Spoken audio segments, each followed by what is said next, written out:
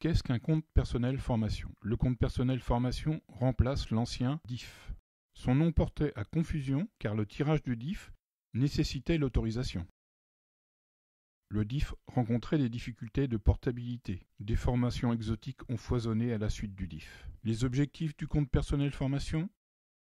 Permettre d'acquérir des compétences, être acteur de son parcours professionnel, être acteur du développement de son employabilité, acquérir des compétences attestées grâce aux formations, suivre des formations professionnalisantes ou certifiantes débouchant sur un diplôme.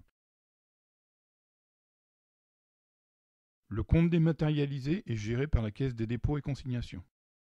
Il est crédité de 24 heures les 5 premières années, puis de 12 heures jusqu'à atteinte du plafond. Le plafond minimal est de 150 heures. Des abondements sont possibles selon les accords d'entreprise ou de branche. Le financement du CPF est opéré par les OPCA pour les salariés, le Fonds paritaire de sécurisation du parcours professionnel, FPSPP, pour les demandeurs d'emploi, via Pôle emploi, par les entreprises en cas d'abondement ou d'accord de gestion directe.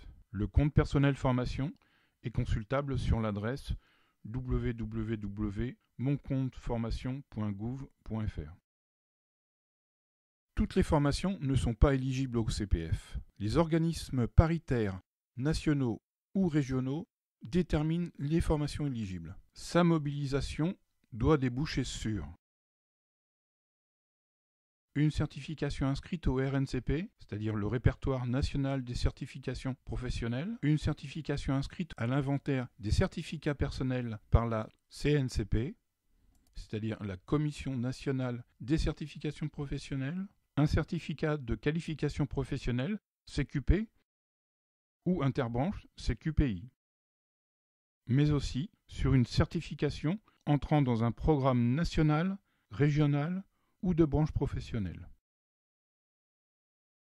Les entreprises, dans le cadre d'un accord avec les partenaires sociaux, pourront directement gérer le 0,2% et financer directement les formations qui entreront dans le CPF. Charge à elles de justifier l'utilisation de ces fonds dans le cadre du CPF. Elles peuvent également avoir confié le CPF à l'OPCA et gérer directement les salaires et les frais annexes. Ce compte personnel formation est à la disposition du salarié. Dans certains cas, l'entreprise ne pourra pas s'opposer au contenu de la formation. Elle ne pourra s'opposer qu'au planning de celle-ci.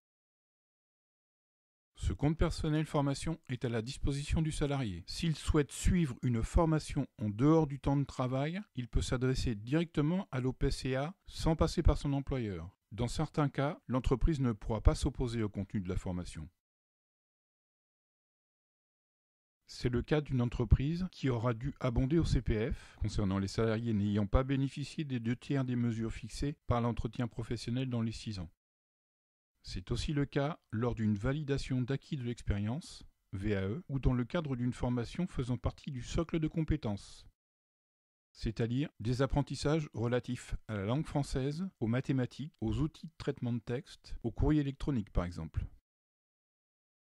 À compter du 1er janvier 2017, il deviendra le compte personnel d'activité. De nombreuses dispositions concerneront les bénévoles et volontaires, les créateurs et repreneurs d'entreprise et le bilan de compétences. Le plafond des 150 heures est porté à 400 heures pour le public n'ayant obtenu ni qualification de niveau 5, ni certificat de qualification professionnelle CQP. Il sera étendu à partir de janvier 2018 aux travailleurs indépendants, aux professions libérales, aux professions non salariées, aux conjoints collaborateurs de ces professions.